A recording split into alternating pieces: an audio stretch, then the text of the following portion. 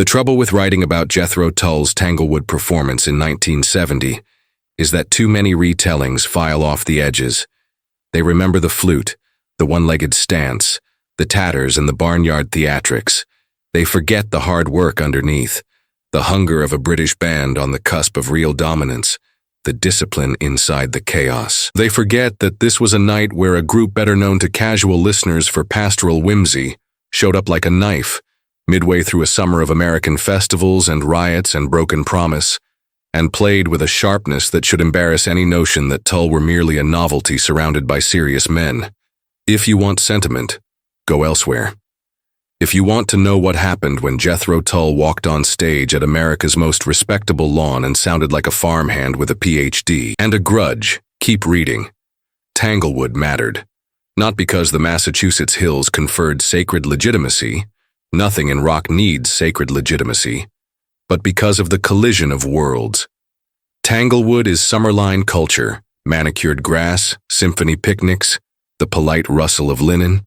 It's the seasonal home of the Boston Symphony Orchestra, a temple of Brahms and plush donors. In 1970, when rock was still negotiating with the institutions that patronized it with a smile or a sneer, the idea of Jethro Tull, a band with a frontman who looked like a Dickensian street preacher gone feral, playing that stage was a cultural gag, and also a test. Could rock enter the garden without apologizing? Could a band whose métier was working-class bite and British eccentricity hold a space designed for orchestral repose? The answer that night was unambiguous. Yes. And in the process, they redefined what virtuosity meant in a rock context for the people sitting under the elm trees. The summer of 1970 was a hinge. Woodstock's myth had already congealed, but the mud hadn't dried in the collective imagination. Altamont had shredded the hippie fairy tale. Kent State stained the season with blood. The record industry, scavenging, was learning how to bank a counterculture while pretending they weren't the bank. Bands had to choose, lean into spectacle, or drill into musicianship, or try to juggle both without burlesque.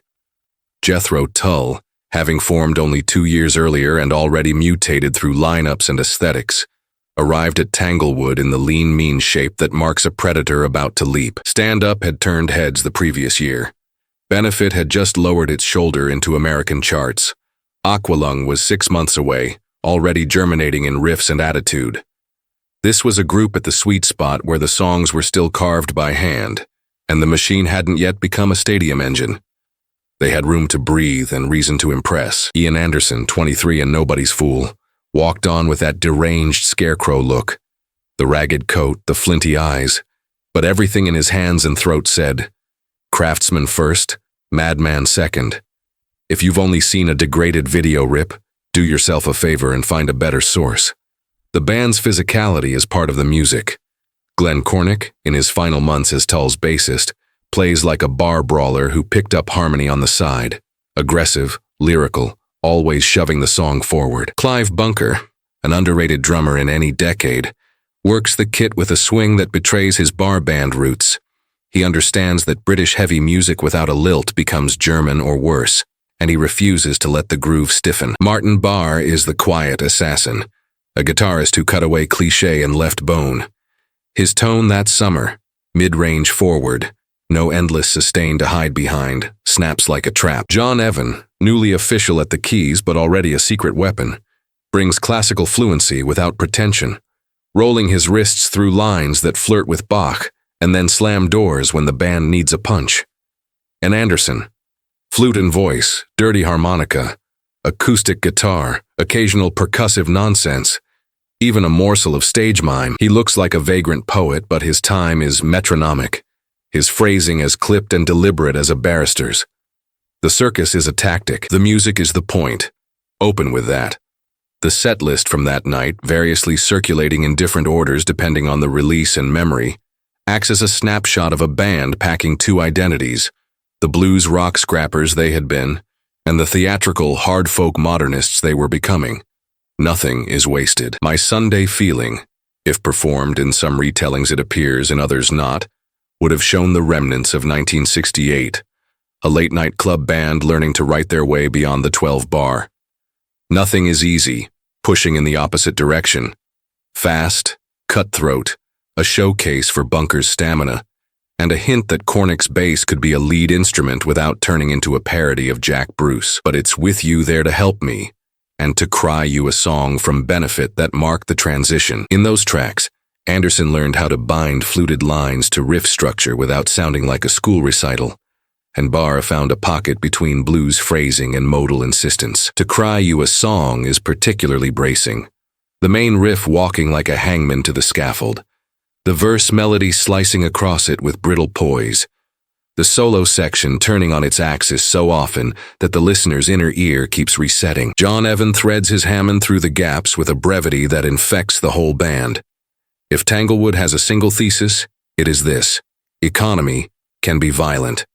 The flute remains the object of snobbery among people who think rock instruments must be the ones factory-issued by America's blues tradition. They can't forgive the sight of a man hopping on one leg, fife in hand, as if rock were a medieval pageant. That tantrum misses the point. Anderson's flute isn't window dressing, and it isn't there to insert taste into rough music. It is a percussive, breath-driven weapon. The truncated note attacks, the overblows, the vocalized wheeze inside the tone, all of it makes percussive sense, reinforcing the band's rhythmic spine. Watch Dharma for One's expansion, if present in your source from that period. Even when the piece drifts toward a drum feature, the flute's punctuations prevent the jam from sagging into mush. Anderson learned, perhaps instinctively, what jazz flutists like Roland Kirk knew by craft: that the flute in amplified music must invent its own articulation or be drowned. That invention is audible at Tanglewood, in the way the instrument refuses pretty tone until the band clears space and demands it, as in the introspective sequences nestled between louder pieces. You can call the one-legged stance a gimmick. It is, and also a body learning to balance complex meter changes with a physical mnemonic. Those who never had to hold a stage in open air before 20,000 people in the daylight have no idea how much motion is part of the job of making a band cohere. Gimmickry abounds in rock. The question is whether the gimmick pays for itself in musical value. At Tanglewood it does repeatedly, because the band's internal command is so high that the antics function as accents, not crutches. Consider bourrée. By 1970 it had already become a calling card, a jaunty lift from Bach's E minor suite retooled into a bass flute duet with jazz swing. On paper it should have been smug.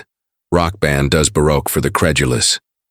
In practice that night it was a muscular little argument. Cornick's bass takes the head with a swagger more shaft than schoolboy.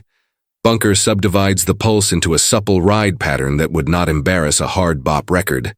Evan passes little chromatic asides, and Anderson alternates between crisp articulations and a vulgar growl, reminding anyone who wandered off that the piece might be borrowed but the attitude is owned. The improvisation breathes because they're not afraid of space. The transitions into and out of the main theme occur without the fanfare of, "Look what we can do." It's a blue-collar theft of the canon done with a wink and a shove. As cultural theater, Bach brought to the lawn of a symphonic shrine by a wild-haired band in dirty velvet. It's almost too perfect, but it's the interplay that matters. No one tries to make a meal of it. They keep it lean, which is why it slaps. Then there's the voice. Ian Anderson in 1970 had not yet built the vocal persona that would rule Aqualung and Thick as a Brick. The grain is younger, the cynic hasn't quite congealed, but the diction is already a weapon. He spits consonants like shrapnel. He treats vowels like a tightening fist. The American audiences, used to either swallowed British vowels or fake Southern drawl, heard a singer who made the text cut.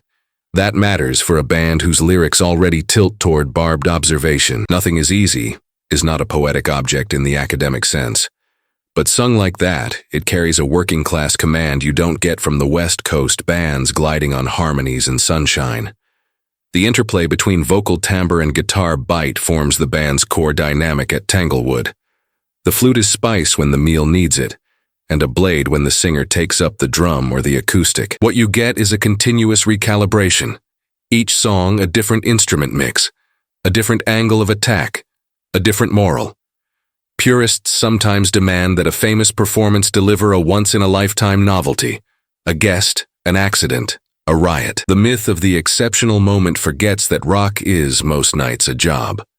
Tanglewood's importance lies not in a freak occurrence, but in a snapshot of a band precisely at the pivot where their professionalism hit critical mass. They had paid their dues in dank clubs. They had fought through English package tours where 5 bands bled the same PA. They had been jeered by crowds who wanted to dance to hits. Now they could assume basic stagecraft and focus on artillery. The set is paced like people who know how long the daylight holds and how far attention will stretch. The between-song banter is banter. It lubricates the gear shifts and fetches the audience closer without pandering. The acoustic interludes are short and strategic.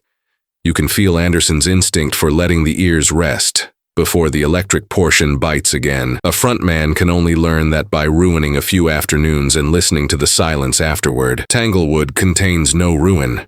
It contains craft refined to the point of invisibility. Historically, it's just as essential to place the concert inside Jethro Tull's internal timeline. Glenn Cornick would be out by late 1970, replaced by Jeffrey Hammond, an old friend with a different sensibility and a different bass voice. Cornick's last season with the band captures Tull at their most extroverted rhythmically. His lead-style bass lines animate everything. His energy is that of a man burning to claim space in a world that gave bassists the role of furniture. When Hammond arrives, the bottom tightens into a more orchestral role. The groove is drier, the lines more compositional. Each has virtues. But if you want to hear Tull as kinetic rock unit unafraid of letting the bass argue with the guitar, Tanglewood is your exemplar. Likewise, Clive Bunker would depart soon after Aqualung, and while Barry Barlow would later bring an almost fusion-level nimbleness and elegance, Bunker's Tanglewood approach, thick wrists, tumbling fills, the feel of a boxer who knows when to dance and when to clinch, anchors this period. The concert becomes a preservation jar. These 2 men, in that summer, forged a rhythm engine that would not exist again under that name. Saying this isn't nostalgia. It's a recognition that bands are organisms, and their blood chemistry changes with the swap of a single organ. Tanglewood records a lineage before it mutated. The venue's meaning says something else about 1970s musical hierarchy. The symphonic summer lawn was a ritual space for American high culture to launder itself in sunlight. When rock bands were invited, it wasn't always because the gatekeepers had decided the kids were all right. It was because the ticketing model worked. The logistics could be contained, and the donors' children wanted it. Many bands, aware of the eyes watching, softened. They went polite because the lawn told them to. Tull did not. They exploited the acoustic openness to play tighter. They knew that the lawn, which tells symphonies to fill space, tells rock bands to define it. Microphones pick up what you machine into them. An orchestra at Tanglewood needs breadth. A rock band needs edges. Listen carefully, and you'll hear how the guitars and organ are dialed to occupy distinct zones. Evans' tone leaves room for Barra's pick attack to register. Bunker's snare is tuned to cut without thud. Cornick sits just ahead of the beat to keep the swing from melting into shuffle. If that sounds like studio talk, it is. But the reality is that this level of arrangement in a live context is what separates professional bands from jam collectives.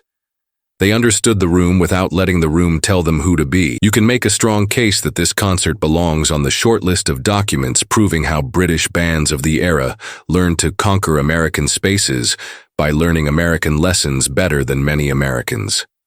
Swing, concision, tone discipline. They didn't overplay their blues hand. They didn't pantomime the South. They didn't haul on a horn section to impress the picnic crowd. They played the songs. They inserted improvisation where the material welcomed it, and they acted like the music was enough. In a landscape where festival sets often devolved into sloppy displays of vibe, Tull hammered through with the stern joy of artisans who know that audiences remember surprises, but respect competence. There is a swagger in playing a tight, rude nothing is easy to an audience half hoping to gossip through it and making them shut up. Rock is not democratic by nature. The stage commands, the field obeys. The transaction afterward restores equality. Many bands that summer tried to erase the difference. Jethro Tull leaned into it and delivered. We should say something about Anderson's stagecraft, since it's the axis on which so much of public memory turns. The man is often accused of clowning. The charge is true and missing the point. Good clowning is serious. It's a way of occupying space and making air visible. When he stalks the lip of the stage, hunched, head cocked, eyes burning holes through the fourth row, he is keeping the line between audience and band alive, teaching the crowd how to watch. His flourishes, flute held like a saber, the freeze in a slanted squat, are punctuation marks. He uses them to mark sectional transitions and establish new meters in the body before you hear them through the speakers. The lines he walks in his head are probably bar lengths. The lurch you see is the groove you feel a second later. Had he stood still wearing denim and a pout, the same music would still be excellent, but the impact would dim under the afternoon sun. A theater is shade and echo. A summer lawn is glare. He solved glare the old way, with motion. The myth-making around this concert sometimes wants to annex it into a general story about progressive rock arrives at respectable spaces. That's lazy and unfair. Jethro Tull in 1970 weren't yet the concept album juggernaut of Thick as a Brick, though the instincts were budding. They were closer to a blues rock jazz inflected outfit with folk coloration and an allergy to empty repetition. To call them progressive here is to import a later marketing term and retroactively impose a narrative arc. What happened at Tanglewood is less about genre and more about technique. They played a suite of songs that borrow from multiple traditions and filter them through a live sensibility that insists on proportion. The flute is not prog, it's color. The Bach quotation is not prog, it's theft with personality. The odd meters are not prog. They're a solution to keeping ideas interesting over 3 to 6 minutes without resorting to boiling solos over the same chord changes.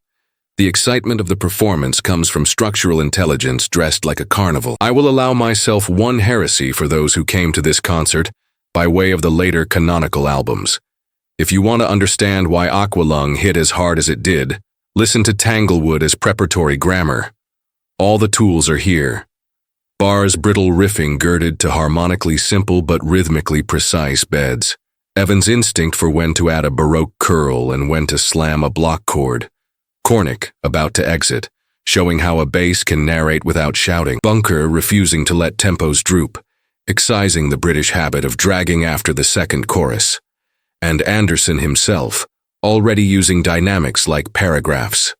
Aqualung would add characters and cruelty. Here we have forms and force.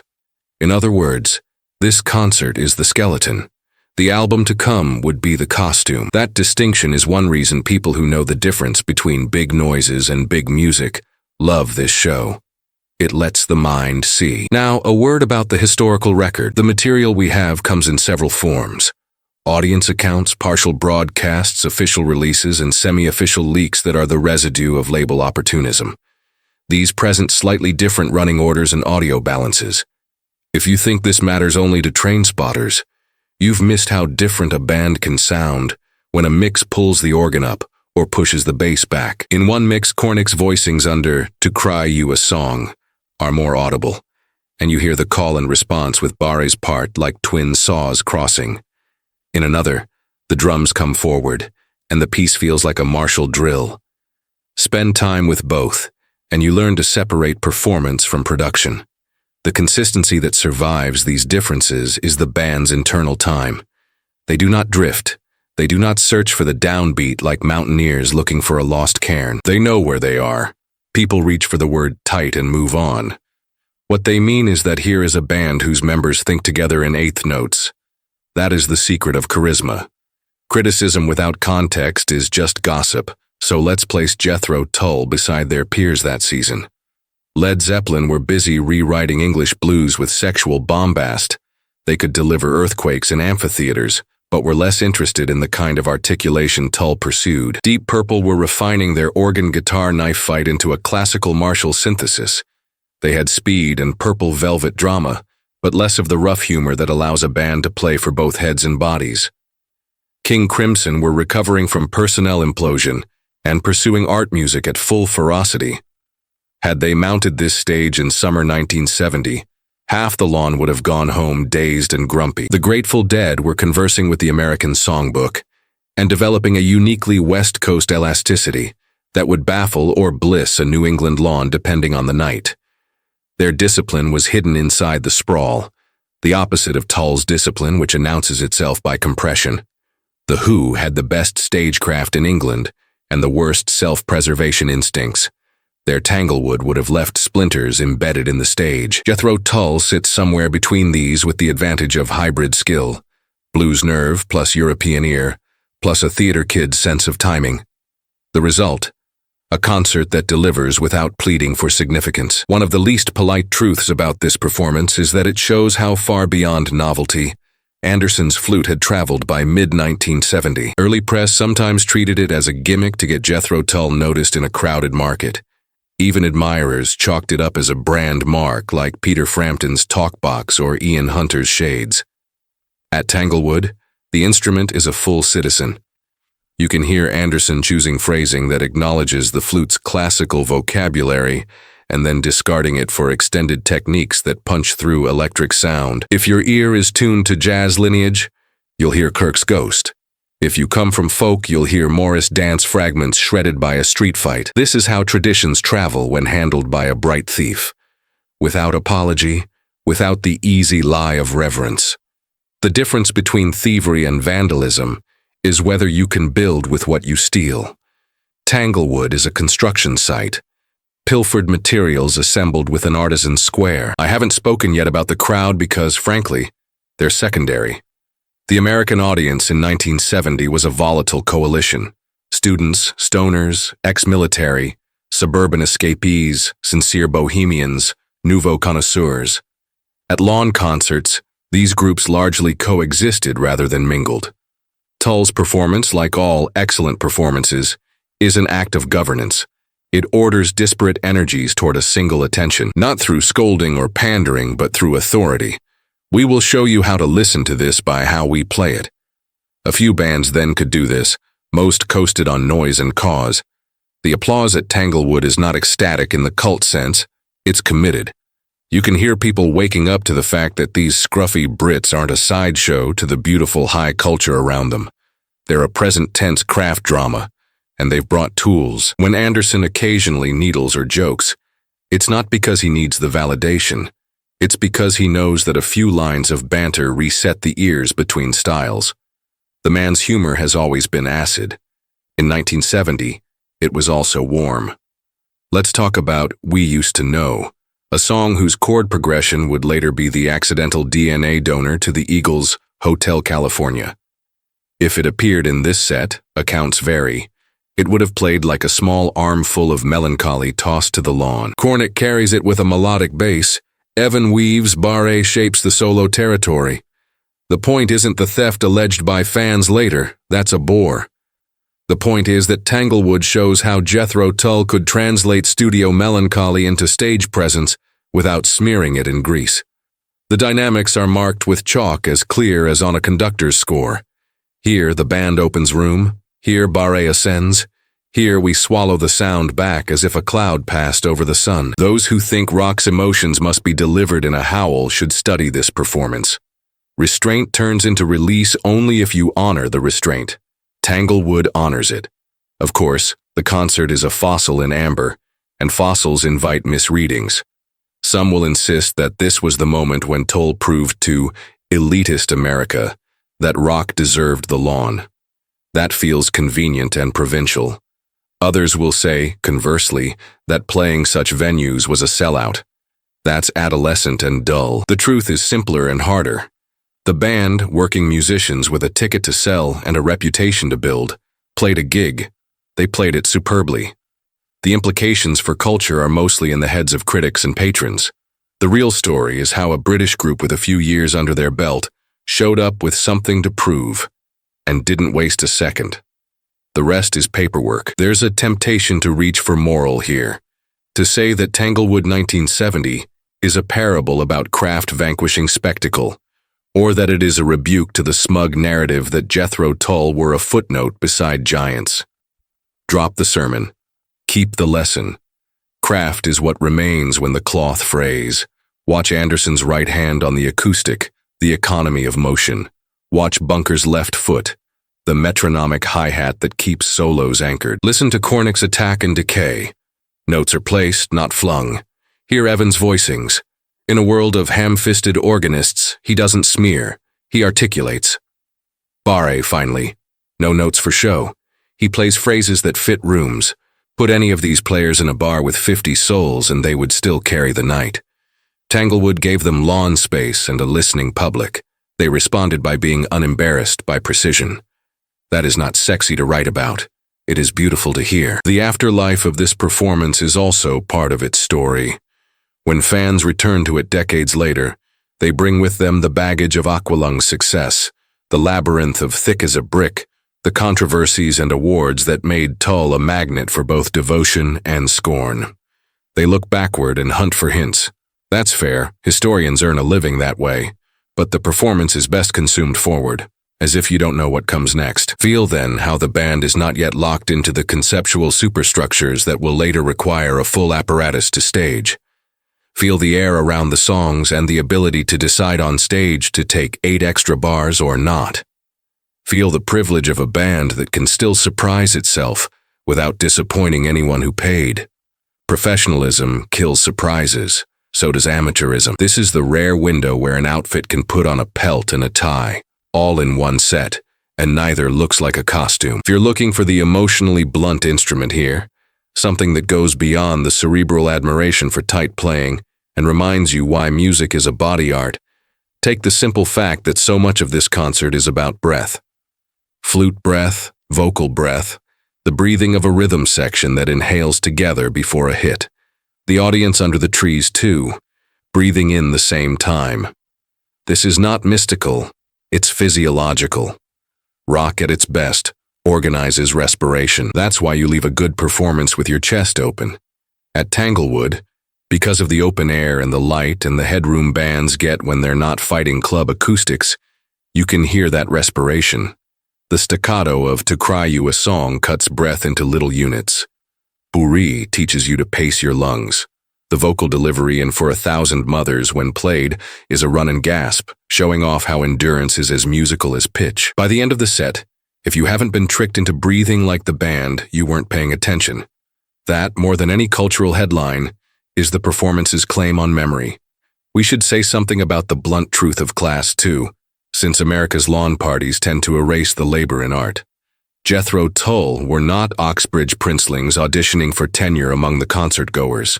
They were working musicians from Britain's less gilded strata, trained by toil as much as by scales. The discipline you hear in 1970 is work ethic turned into sound. It is not chummy, and it's not polite. Anderson's between-song digs, half jokes, half jabs, come from someone who knows how long van drives are and how cold loadouts get. That grit fans hear as charm is actually survival. British bands of the period wore theatrical tatters on stage because they were funny. They also wore them because suit and tie were a lie. Those who played Tanglewood and then flew back to Kensington Mews to write odes to maids were not the ones on this stage. The band's chip on the shoulder did not impede their articulation, but sharpened it.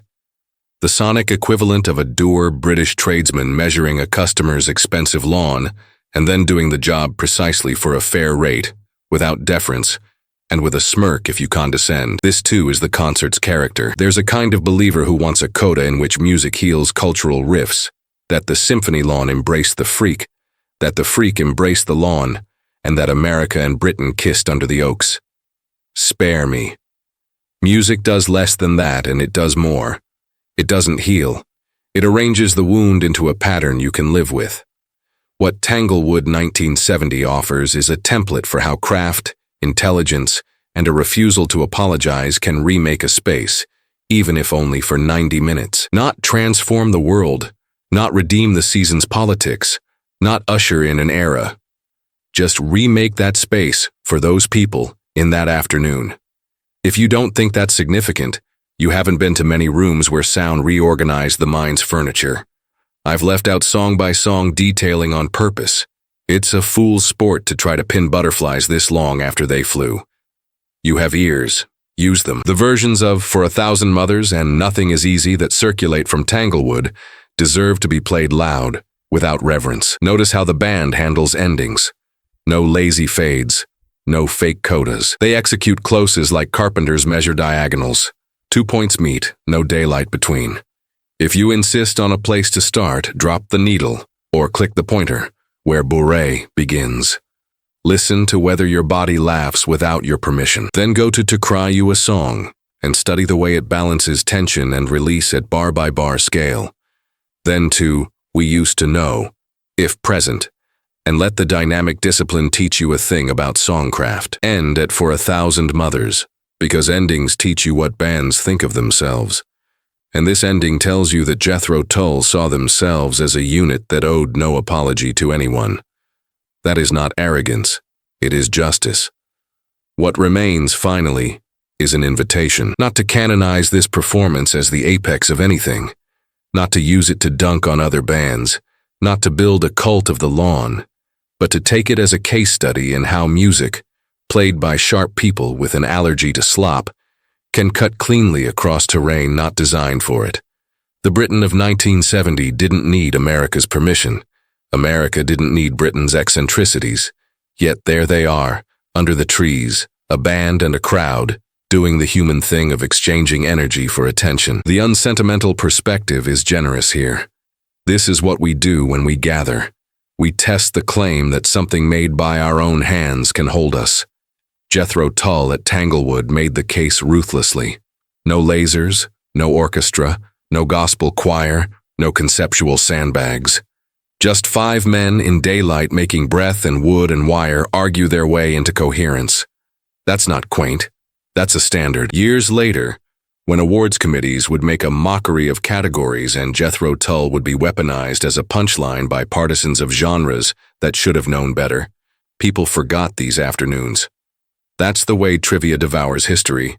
You can resist by listening harder.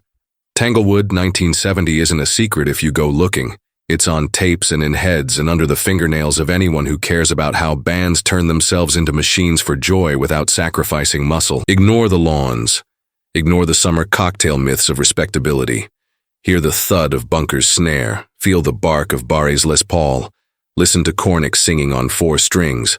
Watch Evans' fingers dance and clamp. Listen to Anderson carve air like a mason. Call it whatever you need to make yourself comfortable. Hard folk, proto-prog. British blues with theater. Then drop the labels. What you are hearing is competence lighting up into charisma. If that doesn't motivate you to listen, or even to do your own craft with more care and less apology, I can't help you. Tanglewood is the wrong word, really. Too soft, too pastoral. The right word is edge. In 1970, Jethro Tull brought one to a place that prides itself on polish. They left with a notch in the handle. We can argue forever about where this concert sits in the band's mythology. The band themselves, products of British understatement and decades of repetition, have been blithe about it, which is their right. You don't get to choose your relics. You only get to play. They did. We get to remember a day when a band stood on a polite stage and made it theirs without asking permission and without burning it down. Not bad for a few bar workers from Blackpool, Luton, and London, dragging a flute into a fight and winning on points.